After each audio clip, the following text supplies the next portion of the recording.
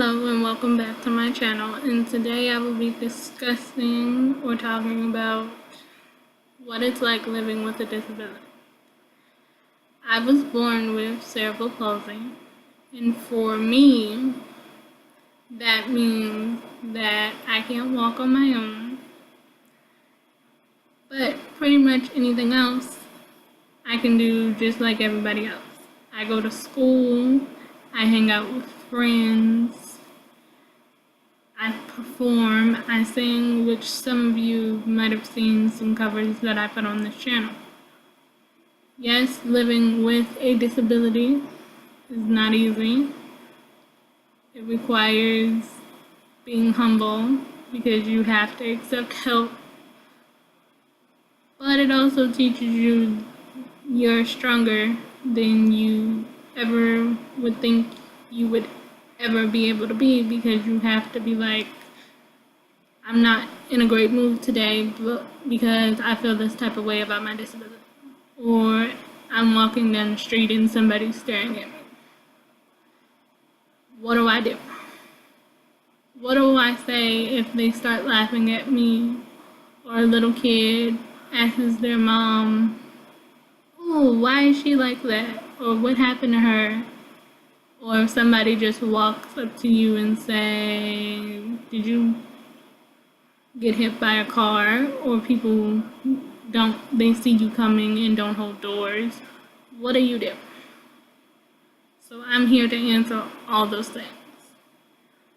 Now, I will leave the technical definition of cerebral palsy in my description, and I will have it on the screen. Yes, it's most likely you will be born with cerebral palsy. You might have been a premature baby, or it could just be from anything. It's no one's fault. It's just something that happens. And if you have it and you're younger than I am, I'm 23, by the way. Just know that when you're young, you might not know how to handle it. You might actually cry because somebody said anything. You might have been bullied in school, and you're gonna have rough days. But at the end of the day, you can grow up and be anything you want to be, just as successful as anybody else, walking, talking, or breathing on their own, because that's what everybody does. But you can do it. So don't watch this video and think I'm gonna sit here and say this is one of the hardest things in my life and I don't know how I get from day to day, because I'm not gonna say that. Yes, I will say this is a hard experience of life, but there's ways to work around it. And if you see me leaning, that's because it's hard to sit up straight, and that's something that cerebral palsy causes. So you're probably wondering, how did I find out? How did my parents explain it to me? Or how did I even be like, this is okay and we're gonna get through this? So my mom had me when she was 28 weeks pregnant with me. I was born premature. I only wore about 2 pounds and 7 ounces, if I am correct. I'm not sure. But I know I only wore about 2 pounds and some ounces. I do know that. So when I was about 6 months old, my mom noticed that my legs dangled. I couldn't hold my head up, and I couldn't even hold my own bottle. And for most people that have children, which I do not, know this is things you look for, this is things you know that your child can do by now. But unfortunately, I couldn't do those things.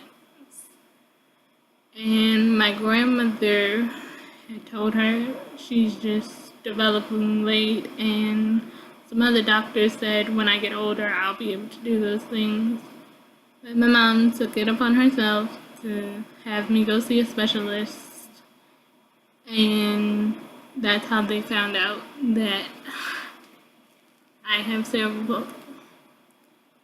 They found this out when I was about 9 months old. And by the time I got 2 years old, I was a happy little girl. I would talk to my family. I would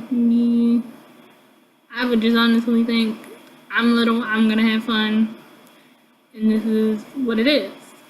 But I also started school. I went to a special school for children that have disabilities. And that was one of the best schools I think I ever could went to, because it showed me that I'm not the only one in the world with this disability. There are other people just like me. They might can do more than me, they might can do less than me, but there is someone in the world that understands what I'm going through. Now, yes, there are people that have cerebral palsy that walk with a limp, or their hands are turned, or they don't talk, they use a machine to talk for them, or they just don't do anything. But I've been blessed and I've been fortunate to be able to get around with my power chair, go out to the mall with my friends, go to college, and sing, perform, and able to sit here and say, I'm recording a YouTube video and somebody's gonna watch this. I've been able to do all those things in spite of having a disability.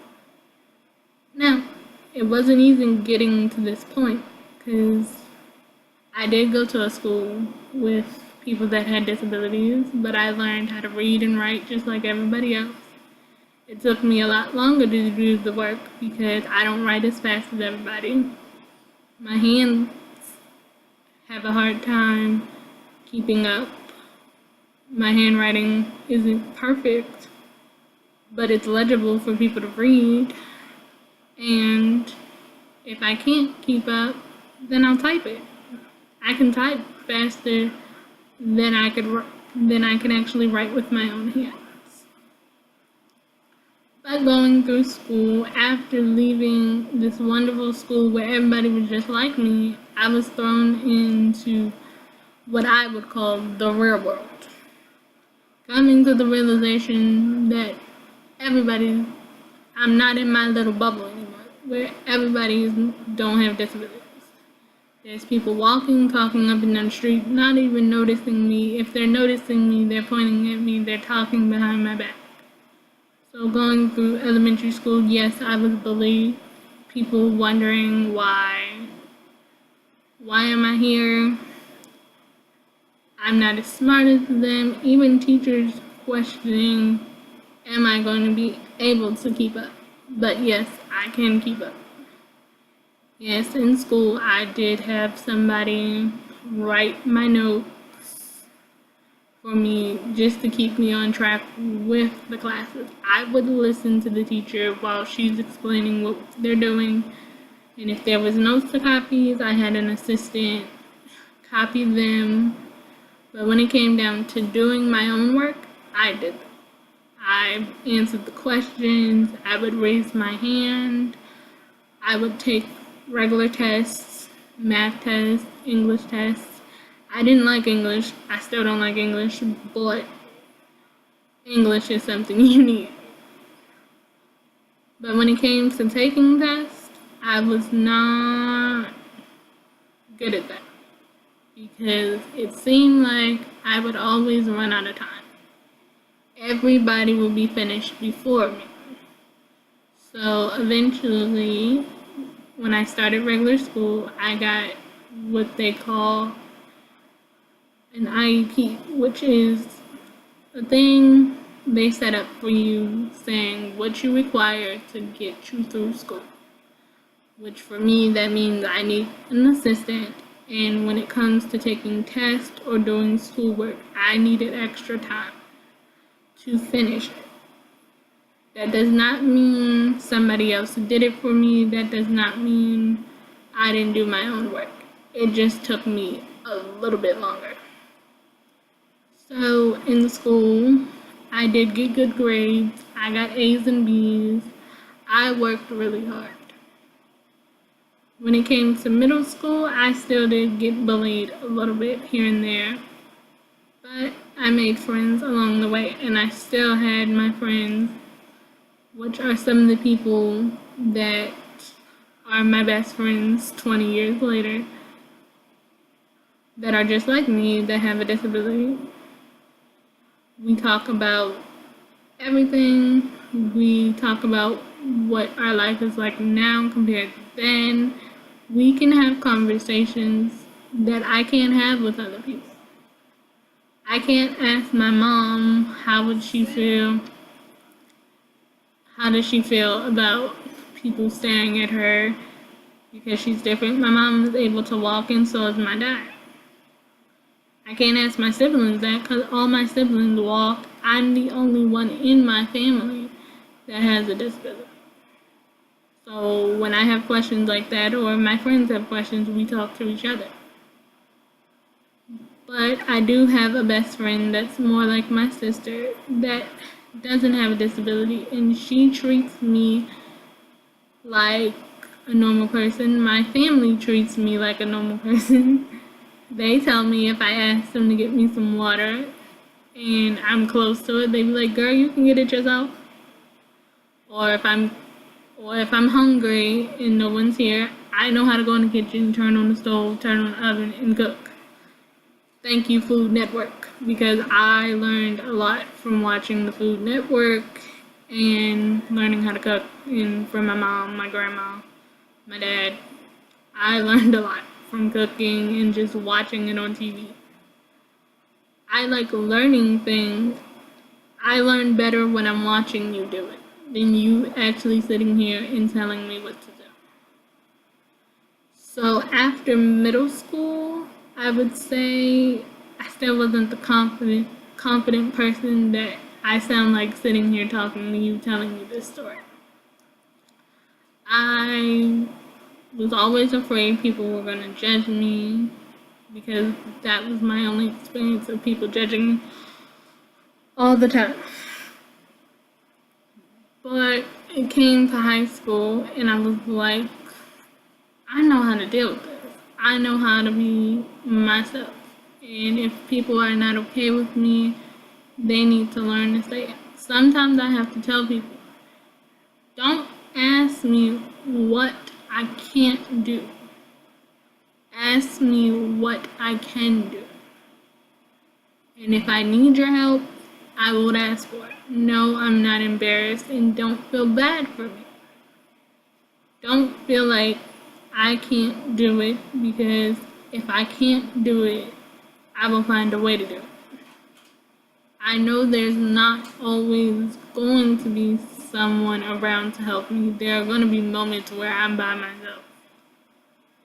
So I'm going to have to figure it out. If I have to use a broomstick to get the box of cereal off of the shelf, I will do that. Because if I can't find the grabber at the moment and I'm hungry and I want some cereal and it's too high, you take a broomstick and you tap the box until it falls. Hopefully you always know to close the box, because you don't want the cereal wasting on the floor.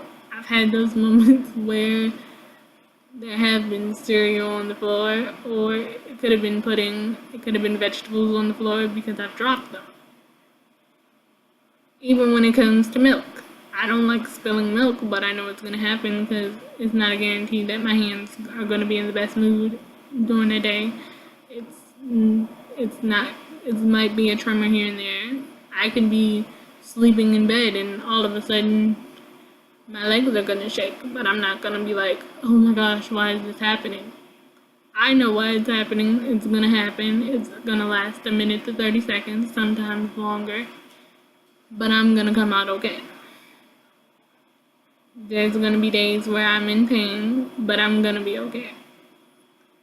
There's medicine for that. There's pretty much an answer to anything I can come up with. If I'm having a bad day, go talk to somebody. Go say this is not okay. Say something, because the worst thing you can do is not saying anything. Because it can lead you into a dark place. You can feel lonely. You can feel like you're by yourself. If you don't say, I don't like the way this person treats me. I don't like that people are staring at me. If you want to know something, at least in my case, it's easier for you to ask than to assume. So through high school, I worked hard. I took honors classes. I just tried to do my best to have a normal high school experience. I did go to my senior prom with my boyfriend at the time, which we did have a lot of fun. No, I didn't go to my senior prom, I'm sorry. I went to my junior prom. My senior prom, I didn't go to because I was over high school.